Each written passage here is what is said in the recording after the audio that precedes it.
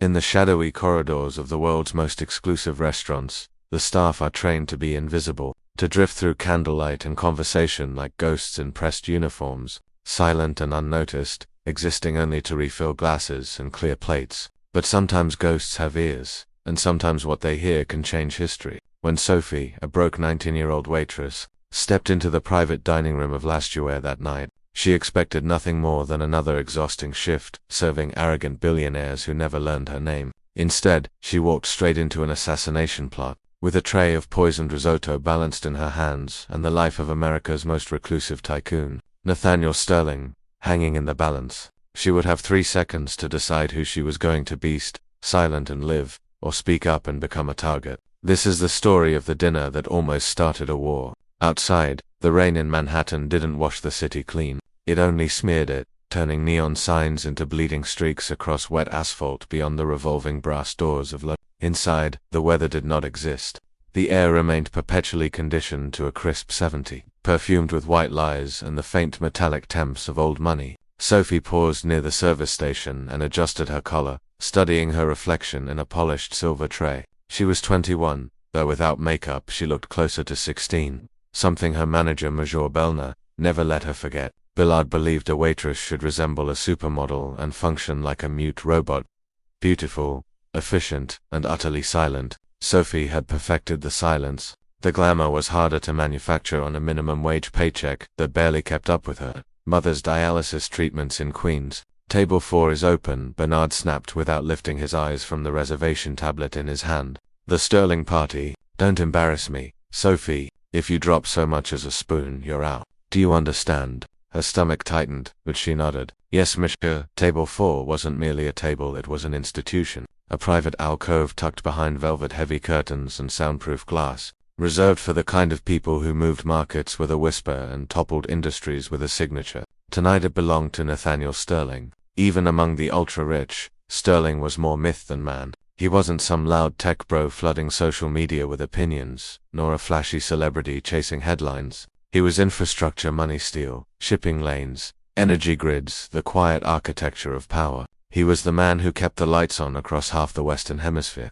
And lately, according to the tabloids, Sophie skimmed during breaks, he was locked in a hostile takeover battle that was growing bloodier by the day. She picked up the water pitcher, feeling the faint tremor in her hands. She needed this night. The tip from a Sterling dinner could cover 3 months of rent. She inhaled slowly, smoothing her features into the practiced mask of pleasant indifference she wore like armor, and made her way toward the velvet curtains. The restaurant hummed with curated decadence. At table 2, a famous Hollywood director hissed at his third wife over a half-finished bottle of Burgundy. At table 6, a senator's laughter rang too loud as he entertained a lobbyist's joke. Yet as Sophie neared the alcove, the atmosphere shifted, growing heavier, charged. She slipped past the curtain. Nathaniel Sterling sat alone at a table designed for 6. He looked younger than she expected, early 40s perhaps, with salt and pepper hair and eyes shadowed by exhaustion. His thumb hovered over a document on his phone, his focus absolute. He didn't glance up as she poured the sparkling water. "Good evening, Mr. Sterling," she said softly. He blinked, startled, as if he had forgotten that waitresses were human. "Oh, thank you." His voice was growly and low. His gaze flicked toward the empty chairs. "I'm expecting guests too, gentlemen. They should be here shortly, of course, sir. Would you like a drink while you wait?" "Scotch neat, the oldest thing you have that doesn't taste like furniture polish." She allowed herself the faintest professional smile. "I'll bring them a Cullen 50, sir." As she retreated toward the bar, a chill slid down her spine. Sterling didn't look like a billionaire enjoying a Friday night.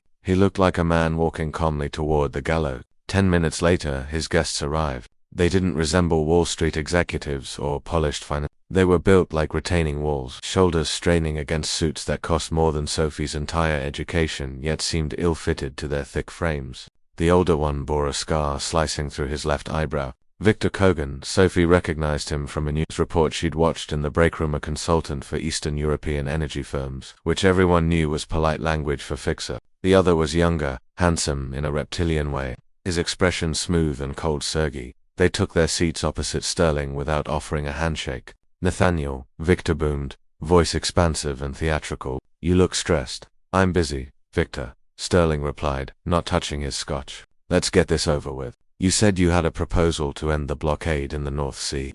We do, Victor said, smiling too widely, teeth gleaming unnaturally white. But first, we eat. In my culture, we do not discuss war on an empty stomach. Sophie approached to take their orders. The moment she usually allowed her mind to wander to chemistry homework left unfinished, to bus schedules she might miss, but as she leaned in to set down the menus, the thick scent of their cologne enveloped her, heavy, musky, expensive, and something in the air shifted again, and then Victor turned to Sergei and muttered something, low, fast, and guttural, the kind of sound most Americans would dismiss as gibberish. Most of the staff at Lasto spoke French or Italian, but Sophie didn't speak French or Italian. She had been raised by her grandmother, Babushka Anna, in a tiny apartment in Brighton Beach, and Anna had been a literature professor in Moscow before fleeing in the 90s, insisting that Sophie speak Russian at home, reading her Chekhov and Tolstoy until the language was as natural to her as breathing, so she understood every word. When Victor said, in perfect colloquial Russian,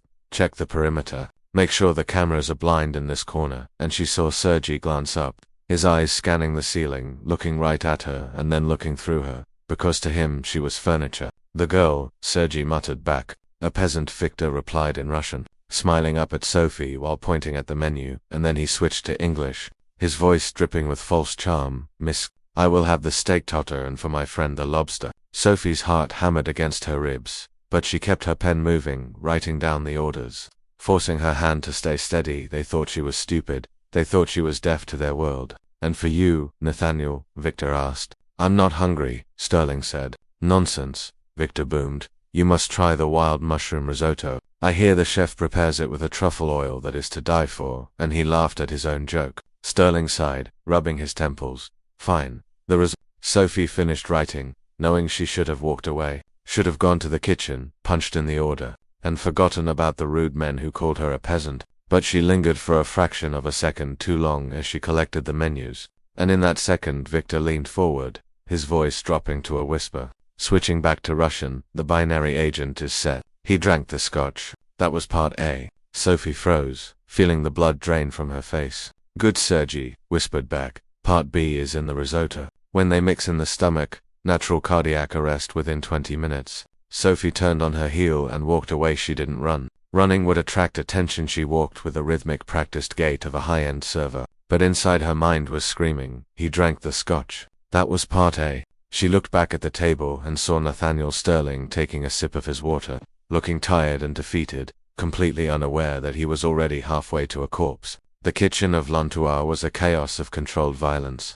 Chefs screaming in French, pans clattering, flames leaping from stovetops. The perfect place to hide a panic attack. Sophie stood by the PA's system, her fingers hovering over the screen, knowing she had to punch in the order because if she didn't, Bever would come over. If she didn't, the flow of service would break. So she punched in the orders: steak tartare, lobster, wild mushroom risotto, her hands shaking so badly she almost dropped the stylus. What do I do? If she went to the police, what would she say? "I heard some Russian guys talking. They were powerful men."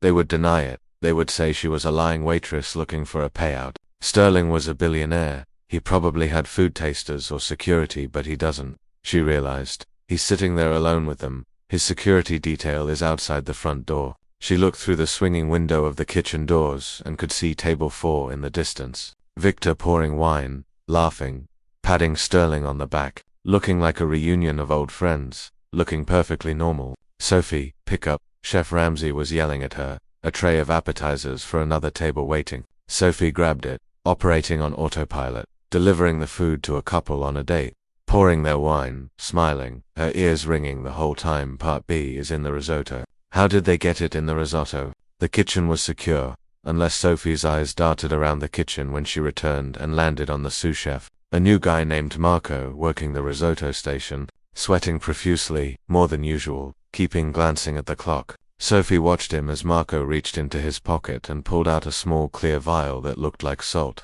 sprinkling it over a specific plate of risotto, the one with the extra truffle shavings, the one meant for a VIP. He didn't sprinkle it on the others, just that one. Sophie felt bile rise in her throat, realizing it wasn't just the Russians. They had someone on the inside. She retreated to the service station, hiding behind a stack of clean napkins, pulling out her phone, knowing she should call 911, but by the time the police got here, explained the situation, and got past security, Sterling would have eaten the first bite. The binary agent if he had already drunk the scotch. Part A, he was fine as long as he didn't eat the food. Part B, but the moment the two substances met in his system, order up. Table 4, the shout from the pass froze her blood as Marco slid 3 plates onto the warmer, the steak, the lobster and the risotto. Sophie, Bernard snapped, appearing out of nowhere. Table 4.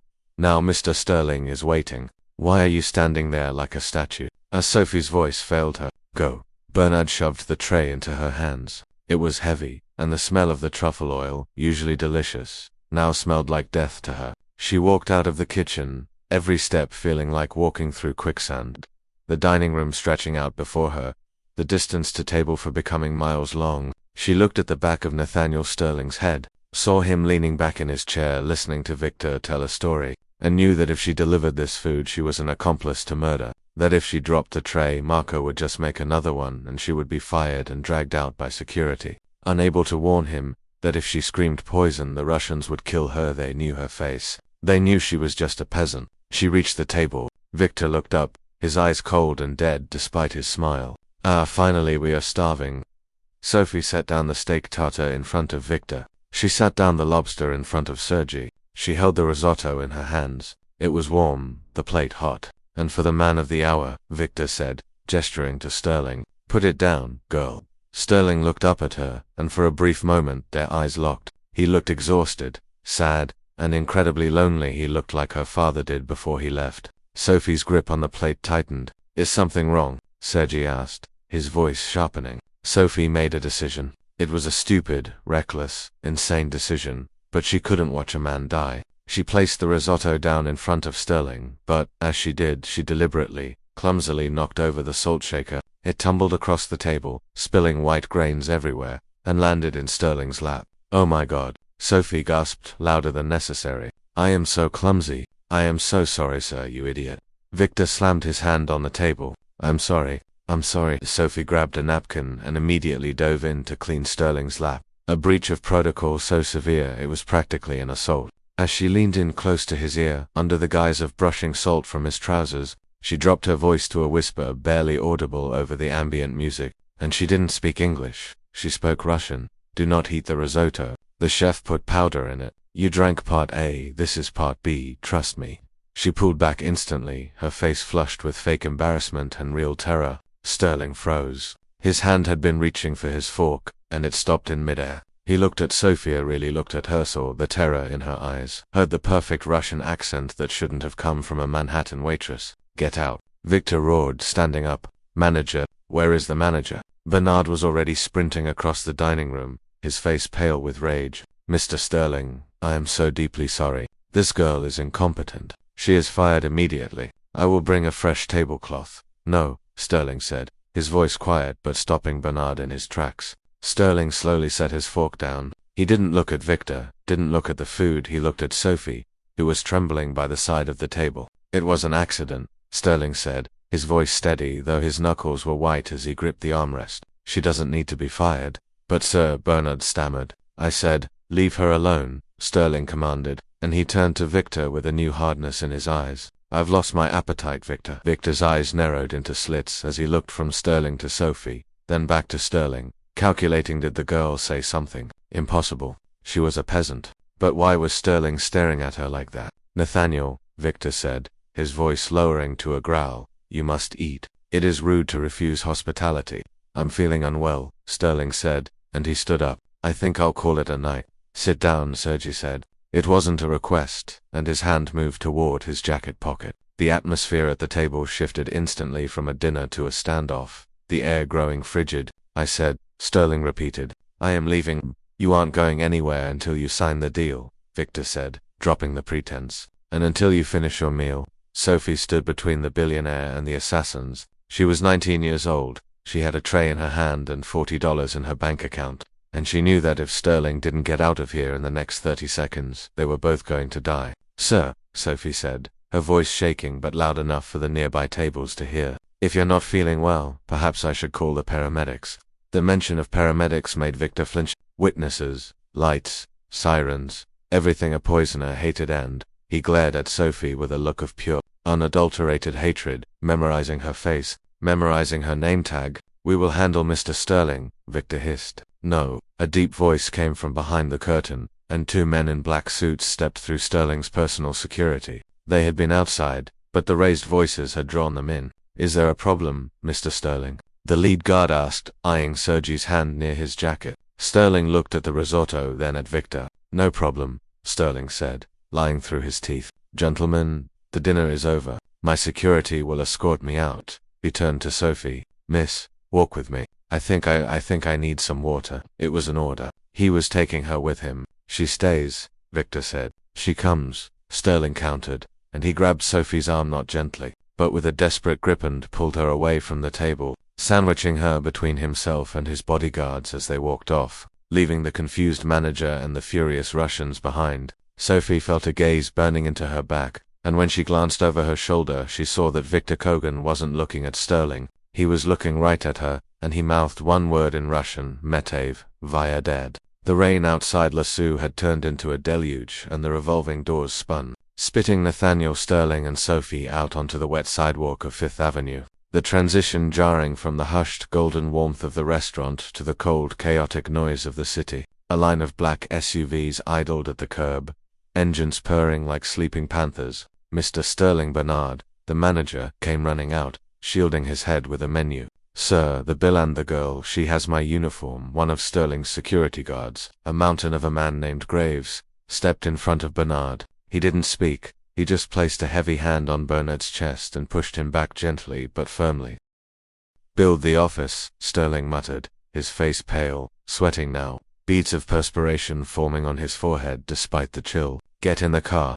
"Wait," Sophie stammered, backing away, the adrenaline wearing off, replaced by the crushing reality of her life. "I can't go with you. My shift isn't over. My mum, I have to go home." Sterling turned to her, looking less like a titan of industry and more like a man holding onto a cliff edge. "You heard him," Sterling rasped. He said, "Dead." "Victor doesn't make idle threats. If you walk to the subway station tonight, you won't make it to the platform." "I don't know you," Sophie cried, the rain plastering her hair to her face. "I just served you water. I don't want to be involved in whatever this mafia movie garbage is." "You involved yourself when you saved my life," Sterling said, grabbing her wrist again, his hand burning hot. "Get in the car." Sophie looked down the street. It was dark, shadows stretching from every alleyway, and she thought of the look in Victor's eyes, that cold reptile stare. She thought of her mother waiting for her to come home and administer her night meds if Sophie died. Her mother died. It was that simple. She got in the car.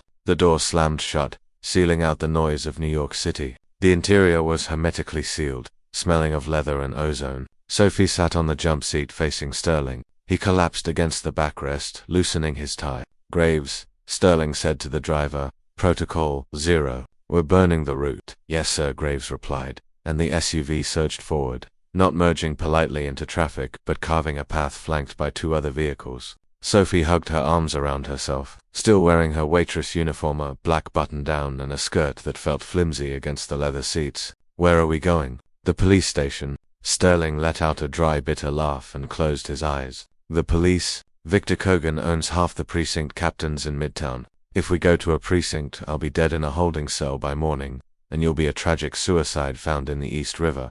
"No, we're going to the Spire." "The Spire?" Sophie asked. "My home," Sterling said. "It's a fortress. We'll be safe there until I can figure out how much of my organization is compromised." Suddenly, Sterling groaned and doubled over, clutching his stomach. "Mr. Sterling." Sophie leaned forward. "The scotch," he gasped. "Strictly a precursor shouldn't do anything alone unless the dosage was high," Sophie said, her mind racing back to her grandmother's stories of KGB tactics. "Or unless you've had something else recently that reacts with it. Did you take aspirin? Antihistamines? Blood pressure medication?" Sterling wheezed, and Sophie's eyes widened. "Beta blockers," he nodded. "God," Sophie whispered. "Some binary poisons react with beta blockers to drop heart rate. It acts like a catalyst. It's not as fast as the risotto would have been, but it's still toxic." She looked at Graves. "Drive faster. He's going into bradycardia. His heart is going to stop."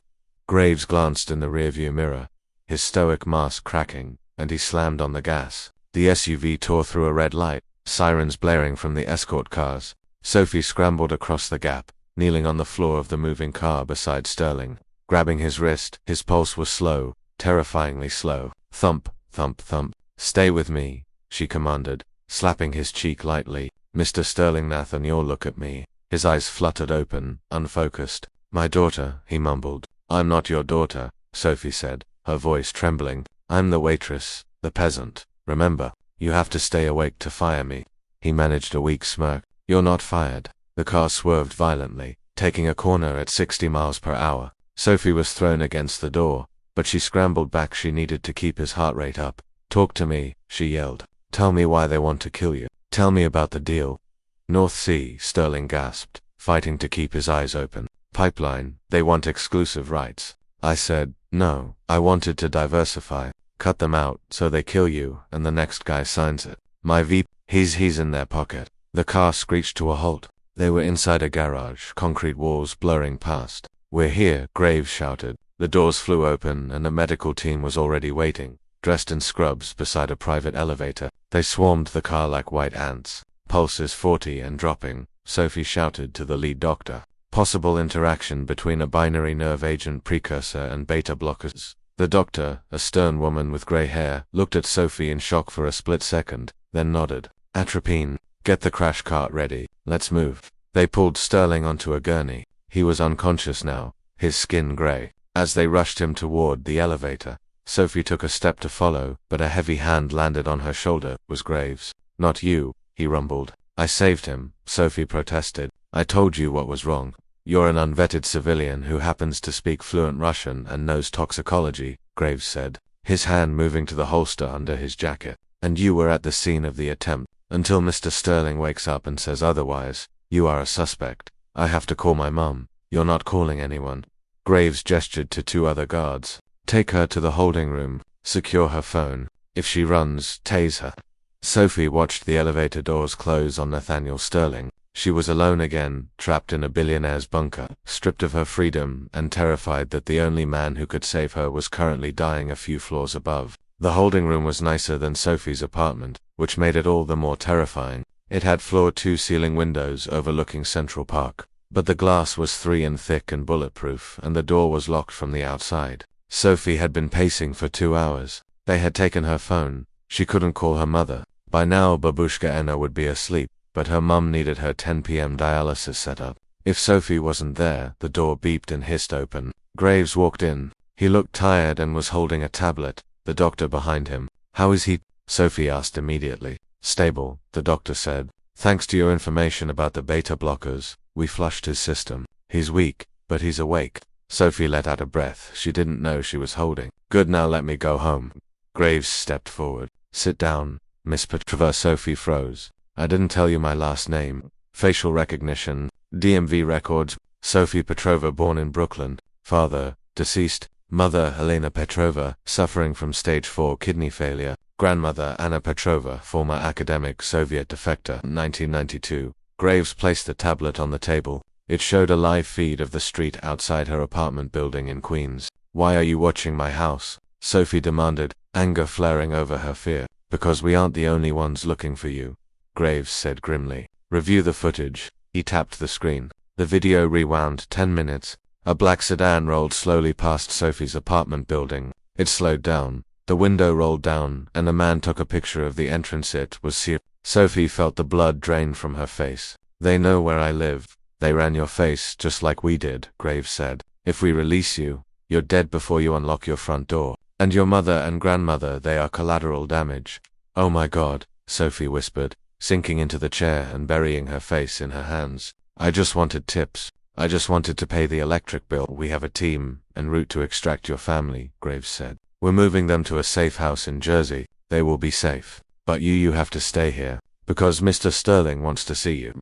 Graves escorted her up to the penthouse. The spire was a marvel of modern architecture, cold, sleek, and imposing. The master bedroom was the size of a tennis court. Nathaniel Sterling was sitting up in bed, hooked up to an IV drip, wearing a silk robe. He looked frail, but his eyes were sharp. Leave us, Sterling said to the guards. Sir, that is not advised, Graves protested. She pulled the poison out of my reach, Graves. If she wanted to kill me, she could have just let me eat the risotto out. The guards retreated, leaving the door slightly ajar. Sophie stood at the foot of the bed, feeling small in her oversized rain-dried waitress uniform. You speak Russian like a native, Sterling said softly, but you're from Brooklyn. My grandmother, Sophie said. She didn't want me to forget where we came from. She taught me to listen, to pay attention to the things people say when they think no one matters. Sterling nodded slowly. I'm used to people wanting things from me, Sophie. Money, power, access. Tonight, you wanted nothing. You risked your life for a stranger who tipped you 15% on a water bill. I couldn't watch you die, Sophie said. It's not who I am. Who are you, Sophie? I'm a chemistry student at City College on hold because I can't afford tuition. I'm a waitress. And right now I'm really scared. Sterling looked down at the Ford tube in his arm, his expression tightening. Victor Kogan is a broker for the Fool-Off Syndicate. They represent energy interests that are incompatible with the free market. I've been fighting a hostile takeover for 6 months. They tried to buy me. Then they tried to blackmail me. Now they tried to remove me. Why didn't you have security at the table? Sophie asked. Because Victor said if I brought security, he would release information that would destroy my company's stock price. False information, but damaging. I had to go alone. It was a trap. And the chef, Marco Wee, found him in the alley behind the restaurant, Sterling said, his voice turning hard. Dead 2 bullets. They cleaned up their loose end. Sophie shivered. So that's it. We hide here forever. No, Sterling said. I have a board meeting in 2 days. If I don't show up, the takeover happens automatically. They can claim I'm incapacitated or dead. I have to walk into that boardroom and vote. Until then, we are under siege. Suddenly, the lights in the room flickered. The hum of the air conditioning died. The electronic lock on the door clicked. Sterling looked at the smart panel on his bedside table. The screen went red. Graves. Sterling shouted. Graves burst into the room, his weapon drawn. Sir, we've lost external power. The generators aren't kicking in. The system is locked out. A cyber attack, Sterling realized. They're cutting the eyes and ears. It's worse, Graves said, listening to his earpiece. The lobby security is down. The elevators just started moving. All of them. They're coming up. The penthouse was on the 90th floor. It should have been impregnable. But in the world of high-stakes corporate warfare, a building is only as strong as its code.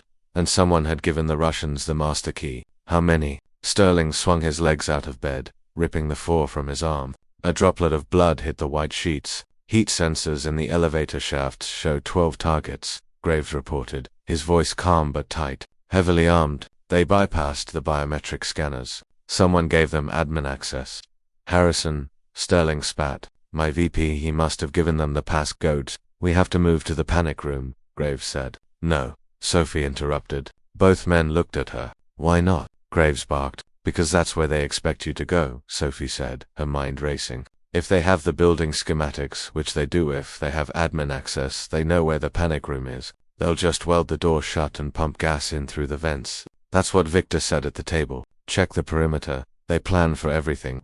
Sterling studied her, then nodded. She's right. If they control the building's brain, the panic room is a coffin. So what do we do? Graves asked. We can't fight 12 commandos in the hallway. Sophie looked around the room, then ran to the window. Rain lashed against the glass. The dumbwaiter, she said. The what? This is a luxury building, Sophie said. I've worked catering in places like this. There's a dedicated service lift for housekeeping and room service that runs behind the walls. It doesn't use the main elevator bank. It's mechanical, not digital old school for reliability. It's too small for a person, Graves said. For you? Yes, Sophie said, glancing at the giant bodyguard. But not for him, she pointed at Sterling. And not for me. I am not leaving you, sir, Graves said. You have to, Sterling replied, standing up. He swayed slightly but caught his balance. You and the team hold the hallway. Buy us time. Sophie and I will go down the service shaft. To where? The 88th floor, Sophie said quickly. The mechanical floor. There are no cameras there because it's just HVAC and water tanks. We can cross to the neighboring building via the maintenance bridge. I saw it on the fire evacuation map when I catered a party here last year. Graves hesitated, then nodded. He handed Sterling a handgun. Safety is off. Don't miss. He turned to Sophie. Keep him alive. Go. Graves ran into the hallway, barking orders to his team, and gunfire erupted almost immediately, the sharp crack of suppressed rifles. The elevator doors had opened. Sophie dragged Sterling into the pantry off the kitchen and found the service hatch, a metal box waist-high meant for trays of champagne and laundry. It's going to be tight, she said. I've been in tighter spots. Sterling lied. He climbed in, curling his legs up. He looked ridiculous, a billionaire in a silk robe squeezed into a laundry chute, but his eyes were fierce. Sophie climbed in next to him. It was a squeeze. Their bodies pressed chest to chest, and she could smell the faint antiseptic of the hospital scrub on his skin. "Hit the manual release," she whispered. Sterling yanked the lever, and the box dropped. It wasn't a smooth ride. They plummeted through darkness, counterweights groaning, until they jerked to a halt 2 floors down. Sophie kicked the door open, and they tumbled out onto a concrete floor surrounded by the deafening roar of massive ventilation fans. The mechanical floor. It was hot, loud, and smelled of grease. "Okay," Sterling coughed. "Lead the way, Sophie." They ran through the maze of pipes. Above them, through the concrete ceiling, they could feel the vibrations of explosions. Graves and his team were fighting a war 2 floors up. "The bridge is this way," Sophie yelled over the noise of the fans. They reached a heavy steel door marked "Emergency Exit Alarm will sound." "The alarm won't matter," Sterling said. "The system is already screaming." He pushed the bar, and the door swung open into the rain, revealing a narrow steel catwalk suspended 80 floors above the streets of Manhattan, connecting the spire to the adjacent office tower. The wind howling so fiercely it felt determined to tear them loose and fling them into the void while the rain stung their faces like needles. "Don't look down," Sophie screamed, her voice nearly swallowed by the storm, as Sterling gripped the railing, pale and shaking, stammering, I'm not good with heights. You live in a penthouse behind glass. This is different. Move," and she grabbed his hand, forcing him forward as they inched across the slippery metal grating with the city below, reduced to a kaleidoscope of blurred lights, knowing that one slip meant a 10-second fall before impact. And halfway across the door behind them, the one they had just exited banged open, and 2 men in tactical gear stepped out onto the catwalk, spotting Sterling immediately. "Target acquired," one shouted in Russian, and Sophie didn't think. She acted, catching sight of a fire hose cabinet mounted on the wall of the adjacent building just 10 feet away, and screaming, "Run," as she dragged Sterling with her while the Russians raised their weapons and ping-ping. Bullets sparked off the metal railing next to Sophie's hip, the sharp flashes terrifyingly close, and they threw themselves through the door of the office tower just as a hail of gunfire chewed up the doorframe. Sophie slamming the heavy steel door and spinning the locking wheel as thud, thud, thud echoed through the metal, with the Russians pounding on the other side. "They'll blow the hinges," Sterling gasped, leaning against the wall and sliding down to the floor, breath ragged. "We have maybe 2 minutes. And Sophie looked around at the dark carpeted hallway of a law firm. Silence, the hum of distant ventilation, and said, "We need to disappear. They are tracking your phone. Give it to me." Sterling handing it over without argument as she smashed it against the corner of a desk, shattering the screen, then dropped it into a water cooler with a hollow splash. "Now you're a ghost," she said, and Sterling asked, "Where do we go? I have no money, no phone, no security. And the most dangerous men in the world are 2 minutes behind me." And Sophie looked at him, smoothing down her waitress apron as if steadying herself, and said, "We go to the one place they will never look for Nathaniel Sterling." And when he asked, "Where?" she answered simply, "Queens. We're going to my grandmother's house." And later the Q train rattled over the bridge, wheels screeching a rhythm that sounded like a scream in the night as it carried them toward Queens at 2 a.m. The car mostly empty except for a sleeping construction worker, a couple arguing in hushed tones, and 2 fugitives who looked like they had fallen from 2 different planets. Nathaniel Sterling, billionaire industrialist, sitting stiffly on the orange plastic seat with his knees pulled together, wearing a janitor's jumpsuit they had stolen from a supply closet in the office tower pulled awkwardly over his silk pajamas, his face smudged with grease, his $500 haircut ruined by rain and sweat. While beside him, Sophie stared at the subway map, eyes darting back and forth, vibrating with anxiety as she whispered, "You're bleeding," nodding toward his hand. And Sterling looked down at the cut across his palm from the rusty grating of the catwalk and muttered, "It's fine," but she answered, "It's not fine. Infection," ripping a strip off her apron to wrap his hand tightly as she spoke in quick, practical bursts. "We get off at Ocean Parkway. My building is 6 blocks away. We have to walk fast. If Victor has people watching my place, we need to go in through the basement." And over the rumble of the train, Sterling asked softly, "Sophie, why are you doing this? You could have run away in the office building. You could be halfway to a police station by now." And she finished tying the knot on his bandage without looking at him and said, "Because the police station has forms to fill out, and while I'm filling them out,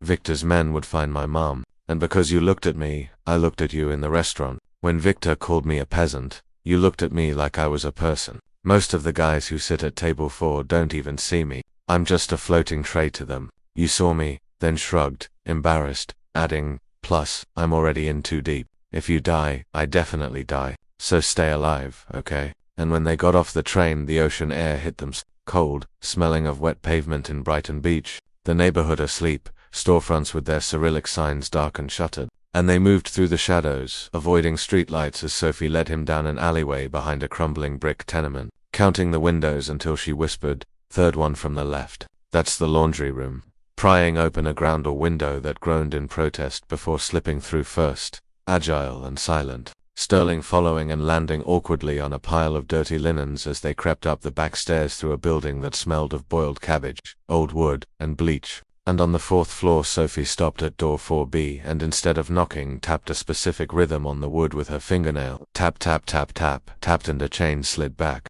A deadbolt turned, and the door opened to reveal a tiny wrinkled woman holding a cast iron skillet like a weapon, dressed in a floral housecoat and thick glasses. This was Babushka Anna, who looked at Sophie and then at the dirty, bleeding man in the janitor suit behind her and said in Russian, "You are late. And you brought a stray dog. Grandma, let us in now," Sophie hissed. And they hurried inside as the door shut quickly behind them, sealing out the night. The apartment suffocatingly warm and cluttered with books, stacks of yellowing paperbacks lining the walls, goal, soldier knits and their spines cracked and soft with age. And in the corner of the living room, a dialysis machine hummed softly, its tubes coiled like snakes, beside which Sophie's mother, Alina, was asleep in the recliner, her face pale and gaunt, the faint rise and fall of her chest almost lost beneath the mechanical rhythm. Sterling stared at the machine because he knew the cost of that machine. He knew the cost of the medication required to run it, and he let his gaze drift over the peeling wallpaper and the drafty windows plugged with rags, taking in the truth of it all, before Anna commanded, "Sit," pointing to the worn floral sofa as she set the skillet down and grabbed a bottle of vodka and a first aid kit from the shelf. Sophie starting, "Grandma, this is," but Anna cutting her off, switching to heavily accented English, "I know who he is. I have television. Nathaniel Sterling, the energy man." And she poured vodka onto a cotton ball and dabbed Sterling's cut so that he hissed in pain while she muttered, "Big man, rich man, now refugee man." And Sophie said urgently, "We need a phone. A landline, no internetchi, no Wi-Fi," to which Anna gestured toward the kitchen, "Old rotary. It's impossible to hack. I keep it for emergencies." And Sterling rushed in, picking up the beige handset, heavy in his palm, dialing a number from memory as Sophie followed and asked, "Who you calling?" And he answered, "The police." No, correcting himself instantly, "The police take too long, and I don't know who to trust. I'm calling the one person who hates Victor Kogan more than I do." Then waited through the ringing before speaking quickly, "General Mercer, it's Sterling. No, don't hang up. Code red, Protocol 0. Yes, I'm in Brighton Beach. No, I can't stay here. The board meeting is at 900 a.m. I know they think I'm dead. That's the point. I need you to get me into the building, not through the front door. I need the Trojan entry, yes. Bring the file on Kogan. All of it." And when he hung up, he leaned against the counter, exhaling a long breath as Sophie asked, "General Mercer?" And he replied, "Former Joint Chiefs of Staff. He sits on my board. He's the only one who voted against the merger last time. If I can get to him and we can get into that boardroom, we have a chance." Then he turned to her, eyes intense, and said, "Sophie, I need to ask you something, and you can say no. But if you say yes, it's going to be the most dangerous thing you've ever done. More dangerous than sliding down a laundry chute with a billionaire. Much more. I need you to walk into that building with me, but not as a waitress." Studying her as he added, "Victor thinks you're a peasant. He thinks you're invisible. We're going to use that, but we need to change the packaging." And Anna stepped forward, looking from Sophie to Sterling, a slow smile spreading across her face as she said, "You need her to be a wolf. Good, I have suits from the old days when I was active." Sophie blinking in confusion, "Active? You were a literature professor," and Anna winking. "Literature was my cover, see. Come, we have work to do." So for the next 4 hours, the tiny apartment became a war room, Sterling planning the tactical insertion with General Mercer over the secure landline while Anna and Sophie transformed, Anna pulling a dust bag from the back of her closet and revealing a tailored black suit from the 1980s, sharp shoulders, severe cut, dated, but, with a few pins and adjustments, suddenly high-end vintage power where, Sophie washing her face as Anna pulled her hair back into a severe tight bun and applied makeup. Not the soft, invisible makeup Sophie wore at the restaurant, but sharp eyeliner and bold red lipstick. Makeup that acted as war paint. Anna slapping her between the shoulder blades and commanding, "Shoulders back. You are not serving food. You are serving justice. Walk like you own the ground. If you look down, they will eat you." And by 7 a.m. the transformation was complete. Sophie staring into the mirror at someone she didn't recognize. Someone older, colder, someone who looked like she belonged in a boardroom. And when Sterling walked in shaved with a disposable razor, grease scrubbed from his face, wearing one of Sophie's late father's suits, a bit tight in the shoulders but workable, he stopped short when he saw her and asked, "Ready?" And Sophie said, "No," her voice shaking slightly before she took a deep breath, channeled babushka Anna and steeled her gaze. "Yes," and Sterling nodded once. "Good. The general is outside. Let's go take my company back." And inside the glass-walled boardroom on the 50th floor of Sterling Tower, the silence was suffocating. The grey morning sky pressing against the windows while inside the air smelled of fear and expensive coffee. Vice President Harrison sitting at the head of the table sweating through his shirt. To his right Victor Kogan immaculate in a bespoke Italian suit, not looking like an assassin but like the future owner of Sterling Enterprises. As Harrison stammered, avoiding eye contact with the 12 grim-faced board members, "Ladies and gentlemen, with Mr. Sterling missing and the stock in free fall, we have no choice. The Vulov offer stabilizes the grid. We must sell." And from the far end of the table General Mercer grumbled, "This isn't a sale. It's a surrender. It is evolution." Victor smoothed his tie, smiling like a shark. "Let us vote. All in favor." Hands began to rise. 135. "Wait," Victor said, his eyes gleaming. "Or we need a unanimous decision to override the founders as vetoed." General Mercer looked at his watch. 8:59 a.m. "I vote no."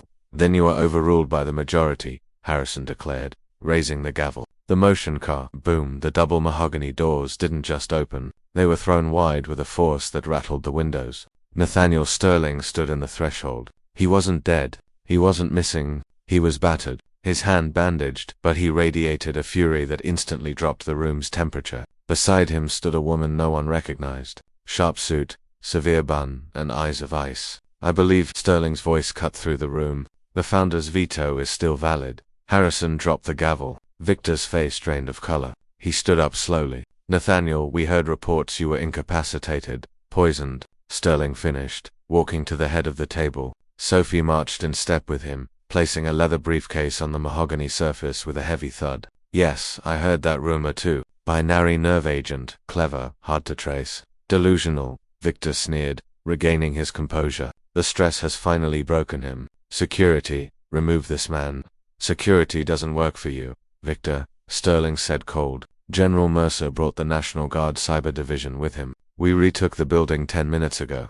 Victor's eyes darted to the exit. To us marshals stepped into the room, blocking the doors. "You have no proof," Victor hissed. "Just the ramblings of a dying man." "Proof." Sterling smiled, a terrifying, jagged expression. He nodded to Sophie. Sophie stepped forward. She didn't look like a waitress anymore. She looked like a prosecutor. She opened the briefcase and held up a sealed evidence bag containing a crystal shaker filled with white powder. "The salt shaker from table 4, Sophie announced, her voice projecting clearly. "When I knocked it over, I didn't just clean the mess. I secured the weapon." Victor froze. "Our lab just finished the analysis," Sophie continued, locking eyes with the Russian hit. "Tetrotoxin residue mixed with a synthetic binder. It matches the supply found in your chef's apartment this morning. The chef you had murdered to cover your tracks."